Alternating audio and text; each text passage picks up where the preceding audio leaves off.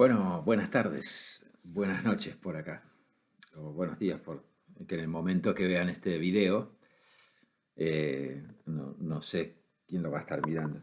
Uh, bueno, esta es la calvicie, el avance prominente de la calvicie.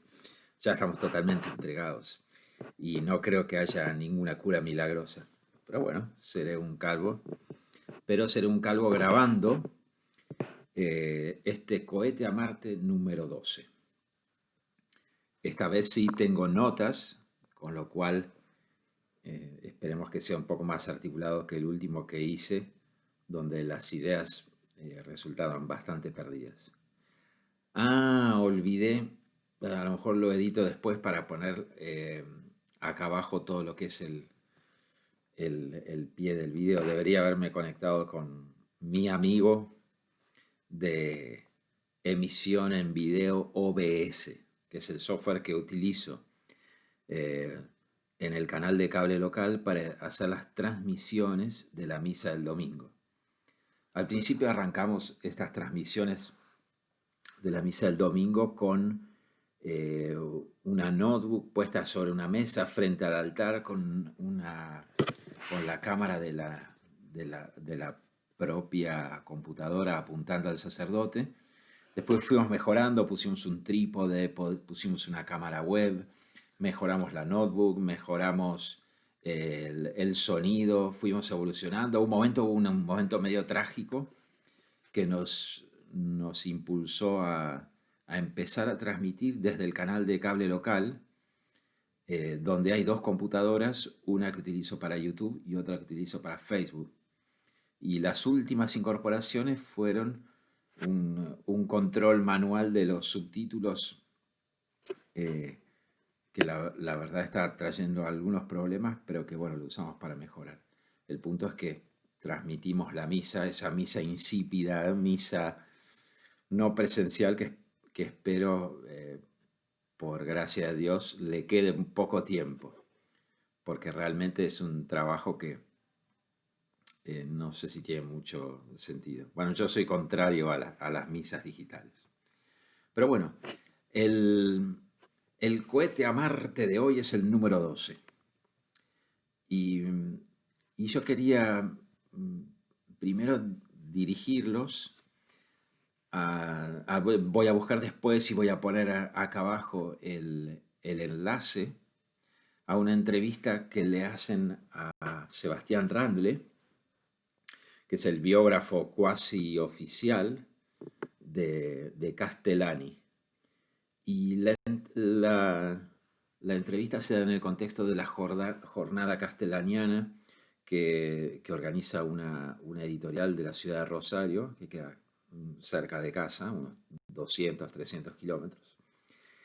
Y le hacen una buena entrevista porque Sebastián es bastante locuaz, tiene su estilo particular, con cierta afectación a la hora del humor, pero bueno, muy soportable, muy querible para aquellos que lo conocemos, y donde toca un personaje que él estuvo estudiando durante los últimos 30 años, hasta el punto de declararse cansado. Yo se las voy a compartir porque la verdad tiene jugo, sobre todo cuando habla de lo que era la personalidad en sí de Castellani y el contacto que tuvo él acerca de esa personalidad y esa psicología profunda de Castellani, cuando estuvo en contacto con los diarios de Castellani, que son unos 70 volúmenes, los cuales él tuvo que leer todos y pasar a través de esa experiencia.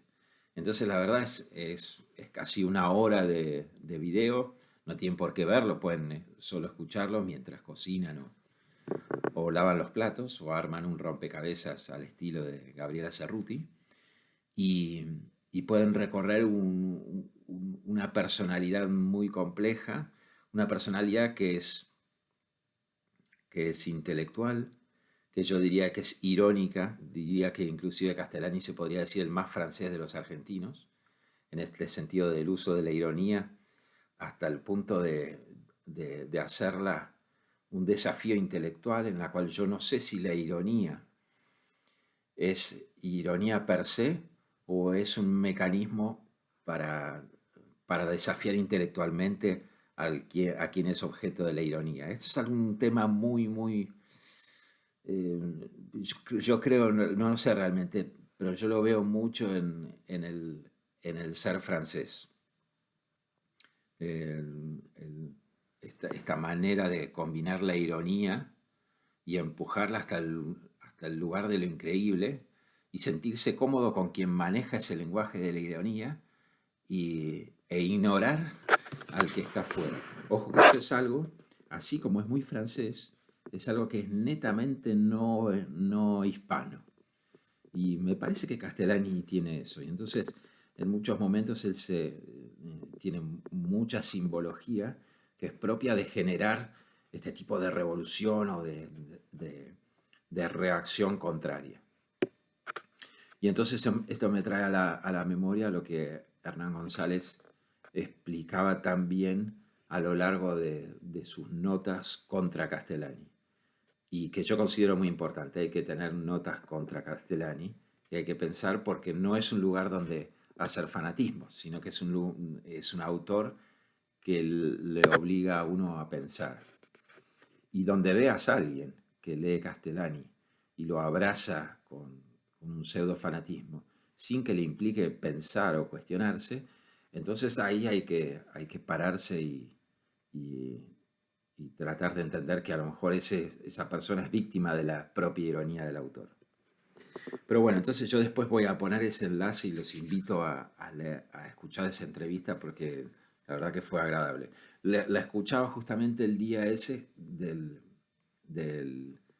cohete a Marte anterior que grabé en Exteriores. Bueno, por nuestra parte en Sunchales viene todo tranquilo, pasan los días de la cuarentena absurda que estamos viviendo y, y los chicos la están pasando muy bien, sobre todo porque la escuela no les está exigiendo nada y tampoco les va a exigir este año. Y ahora hay un desafío terrible con Tomás, que Tomás es nuestro San Agustín interno, porque todavía es Agustín sin ser san, y es muy dado a confrontar, en particular con el padre y con todo tipo de autoridad.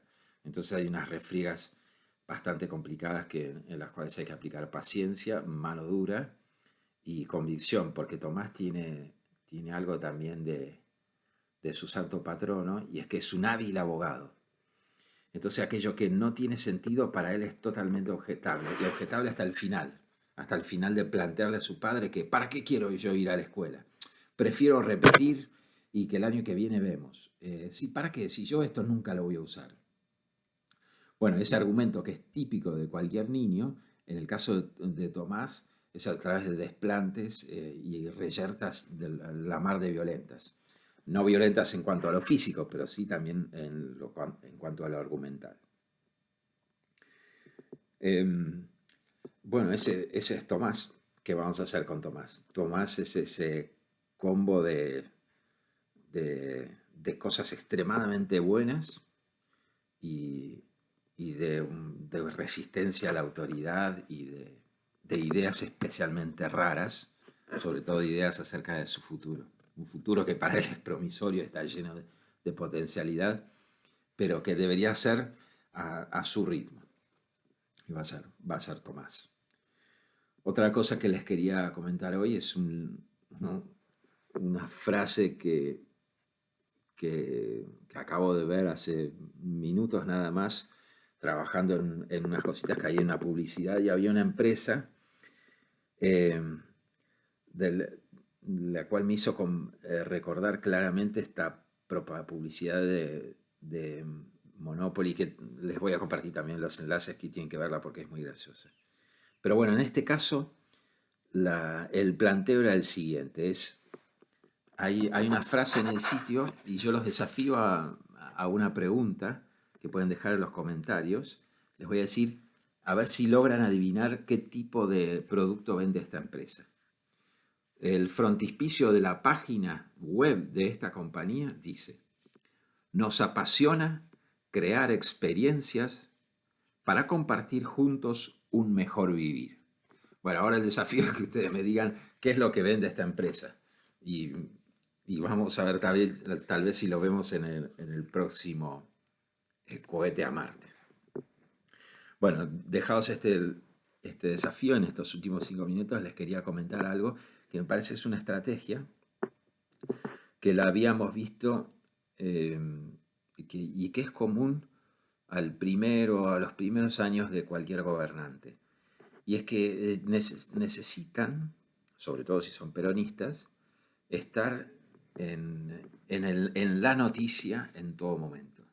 Un nuevo presidente necesita ser noticia, no puede ser eclipsado por la realidad o por luchas políticas o por lo que sea. Entonces él tiene que estar en el frente de los medios de difusión. Y en particular, Fernández tiene todo servido para estar frente a la noticia. Yo quiero que vean y recorran las noticias pasadas de las semanas pasadas y van a ver que por lo menos una vez por semana Fernández tiene una butad comunista. ¿Qué es una butad comunista? Es una cos de una mula con un argumento comunista. Entonces tuvimos hace unas semanas, si mal no recuerdo, eh, esto referido a que no vamos a expropiar Vicentín. O, por ejemplo, esta semana, a ver si tengo acá las notas, no recuerdo la de esta semana, pero una cuestión. Em, esto de apagar la cámara en una sesión del Mercosur cuando iban a tomar la palabra gobernantes de Bolivia y Brasil. Supuestamente países donde hubo terribles dictaduras, donde hay actualmente terribles dictaduras que oprimen al pueblo, asesinan a homosexuales en la calle, inoculan coronavirus en las venas de los pobres, eh, y Dios sabe qué otras cuestiones horribles. Hace otro par de semanas atrás, había participado de una reunión, no sé si del grupo de Puebla o del grupo de no sé qué coyunta de comunistas, y había dicho, yo no tengo un Lula o un Evo o un Mauro, eh, Mauro no, un Chávez o un Evo Morales, y se lamentaba de estar en un continente donde no había gobernantes de izquierda. Y estos son argumentos muy, muy fáciles y que encienden rápidamente todas las alarmas de las viudas de Macri. Las viudas de Macri vendrían a ser aquellos que quedaron huérfanos de la gestión anterior por la pésima gestión del exalumno de Newman, del gobernante anterior, del presidente anterior. Entonces, esperen a ver la semana que viene cuál es la butad comunista que nos regala Fernández para que algunos se rasguen las vestiduras, se llenen de emociones y se sientan oprimidos o afectados por esta realidad y estén hablando nuevamente de alguna ridiculez de Fernández. A no caer en la trampa. Se trata de una vieja estrategia muy común a los peronistas de querer estar en la noticia por buenas o malas razones, pero siempre estar ahí. Y, y bueno, por si alguno de ustedes todavía no lo había detectado, ahí tenemos un núcleo de poder que ellos están aprovechando muy bien. Obviamente los corazones de este lado del cohete a Marte no están a favor de Fernández y mucho menos a favor de Macri, dos embajadores del asesinato de niños que no tienen asidero. Habría que ver, podríamos repasar en el próximo cohete a Marte cómo evolucionaron mis argumentos a favor del aborto. Podríamos volver a explorarlo. Y esta vez lo vamos a pensar más desde el lado de cuál es el peso que tienen esos argumentos.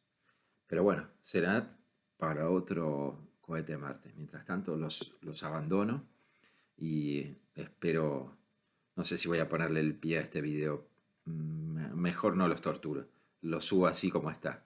Y en general no vuelvo a escuchar estos videos porque me da mucha vergüenza. Pero bueno, ya saben, después consulten los enlaces a la entrevista acerca de Castellani de Randle y al video muy gracioso ese de la publicidad de Monopoly. Chao.